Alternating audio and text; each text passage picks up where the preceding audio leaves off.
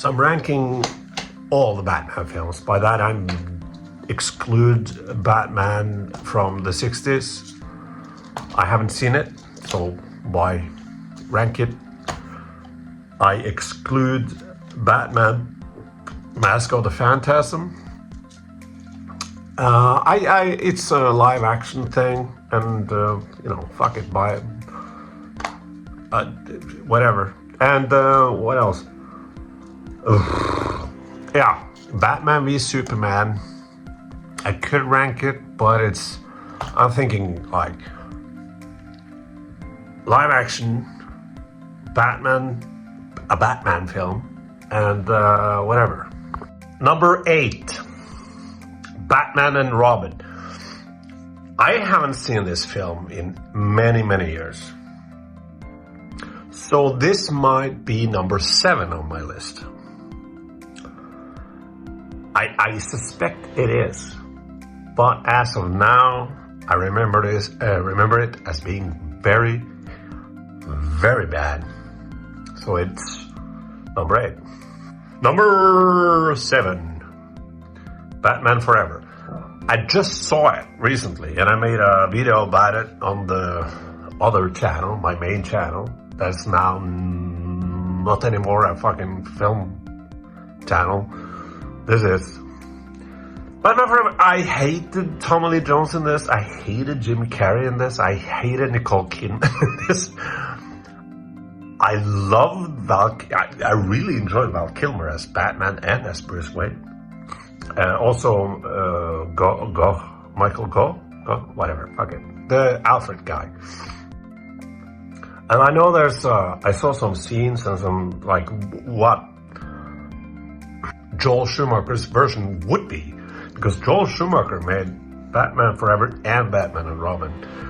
He made 8mm, is that it? What it's called? With Nicolas Cage. And that's a really dark and good movie, Falling Down is a really good movie. He has some, well, I don't remember, whatever. But as of now, it's over Batman and Robin. I do appreciate schlock, so I suspect that these two films would reverse. Number 6, people are gonna hate me. It's Batman Begins. I also made a video. I talked about the Dark Knight trilogy on the other channel recently, and I saw Batman Begins. Last time I saw Batman Begins, I thought it was boring as hell, and I thought like, I'm gonna give it a second go. I've seen it many times, and I thought I think I'm gonna like it better now. I didn't. I thought it was boring as hell, and I didn't like it at all. I thought it was, the reason why it's over, it's Batman Forever and Batman and Robin, so, but at least those two films weren't boring. Seriously, Batman Begins is fucking boring, and it's brown, and it's piss colored, and it's, so that's, I don't like Batman Begins. Number 5. The Dark Knight Rises, a film I'm watching right now. That's the most Christopher Nolan movie I've ever seen, like warts and all. It's his greatest aspects as a director. I am not a fan of him, by the way. Greatest aspects as a director, and the worst aspects as a director. It's stupid as hell. Christopher Nolan films, I'm sorry, they are stupid.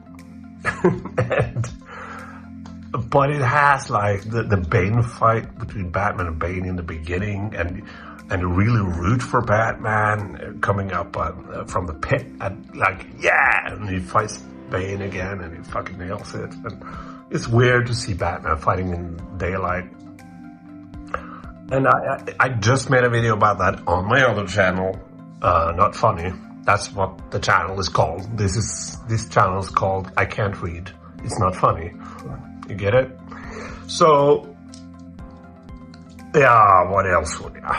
It's Christopher Nolan read Tale of Two Cities by Charles Dickens. And it feels, you know what the film feels like? he wrote a script for his last Batman film. And Christopher Nolan is such, I wouldn't call him a narcissist, but he has an ego. So he doesn't want anyone else to make films in his canon of Batman. So he thinks, okay, I want to make it a trilogy and I want to wrap it up. I heavily am against that because The Dark Knight was whatever. But it feels like he wrote the script, read The Tale of Two Cities by Charles Dickens, and then changed the script because he loved it so much, the book, I mean. But, you know, yeah, that's it. Number 4. I like this film.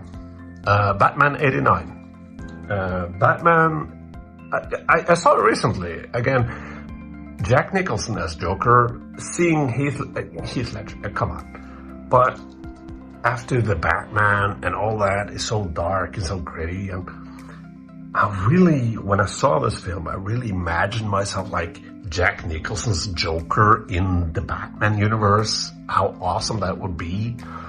And, you know, Heath Ledger is on his own thing. He does his own thing, but Jack Nicholson, he has the laugh gas and his plot with using the, like, makeup shit to the news, but just makeup in general, to make the laugh gas thing so they laugh and they die.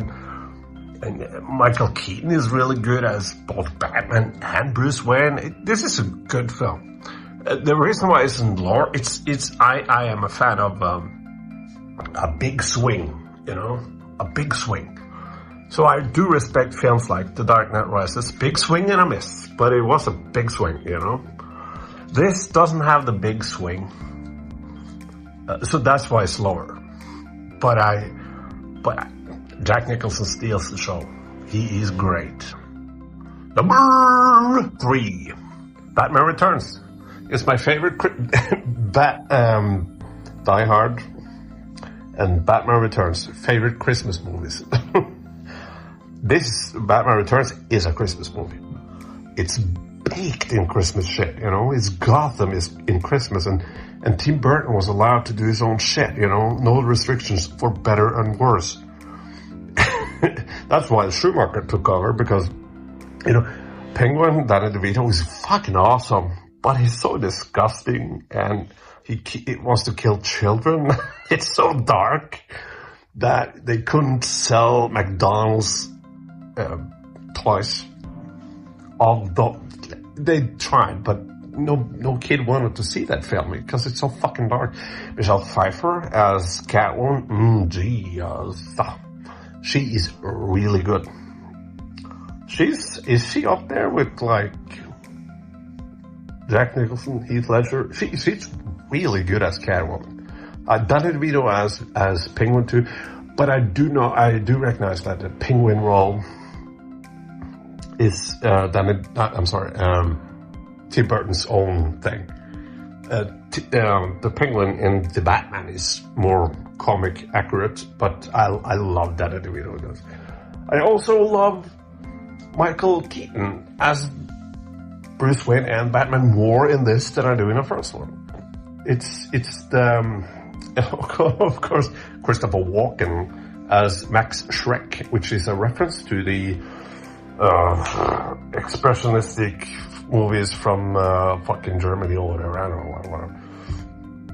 I kind of have a feeling, but I personally, that's you might say that 89 is a better film, but personally I like this one more because it's kind of like The Dark Knight. It has no plot really.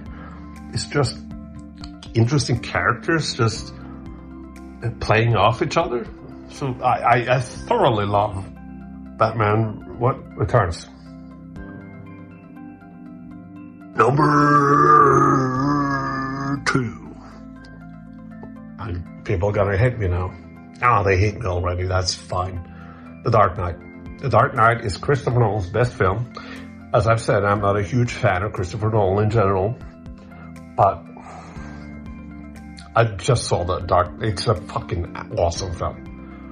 Heath Ledger is fantastic, of course, and way Joker is written, like thinking about how Jack Nicholson did it, and how do you do the same character but differently. That's the best fucking example of how to do the same character just differently.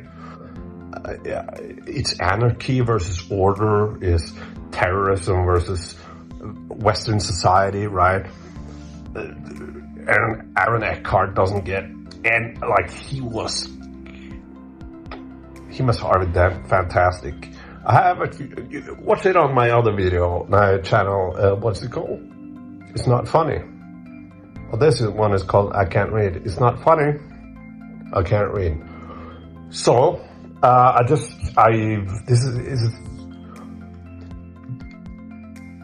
the reason why it's number 2 is it has those Christopher Nolan isn't, when it comes to dialogue, sometimes it's a bit too Christopher Nolan-y, but this is his best, and yeah, it's great. Number 1, The Batman. The Batman. It's the best film and the best Batman film. I genuinely feel for Bruce Wayne and Batman. I think the Gotham has never looked better. Gotham looks like Gotham. In The Dark Knight, Gotham looked like Chicago. I know I'm from Norway, and I know the fucking bridges from Chicago. Why does every time people film in Chicago, they use the bridges? Because I know the bridges, so I know it's Chicago, whatever. But it felt like Gotham, man. And Falcone, compared to Falcone in Batman Begins. Falcone, played by John Turturro or whatever. Great. He is menacing, and you believe him as a serial killer. Batman's relationship with Catwoman is on par, and I love that finally we can have a car chase where Batman is the one who chases the bad guy. I'm so tired of seeing Batman being chased by cops. That's Spider-Man. Batman chases, and in that car chase in the rain with Penguin, Colin Farrell, right? He is, wow, the makeup is bad, wow, but the performance, wow. It's not as Flash, he doesn't have a big role like Heath Ledger or whatever, or what, Michelle Pfeiffer in The Dark Knight, whatever, but Batman Returns, but it's up there. It just doesn't have that big of a role. But the car chase, with Batman chases him, and Batman is a real fucking detective in this, and you can say that the third act is the weakest part, I agree. But it never has a clunky line. It never has the Christopher Nolan, lines. If you wonder what I think about Christopher Nolan in general, watch my other channel called, what is it called? Not Funny. This one is called, what is it called? I Can't Read. It's Not Funny. That's the other channel. Anyway, so yeah, that's my list, and go fuck yourself.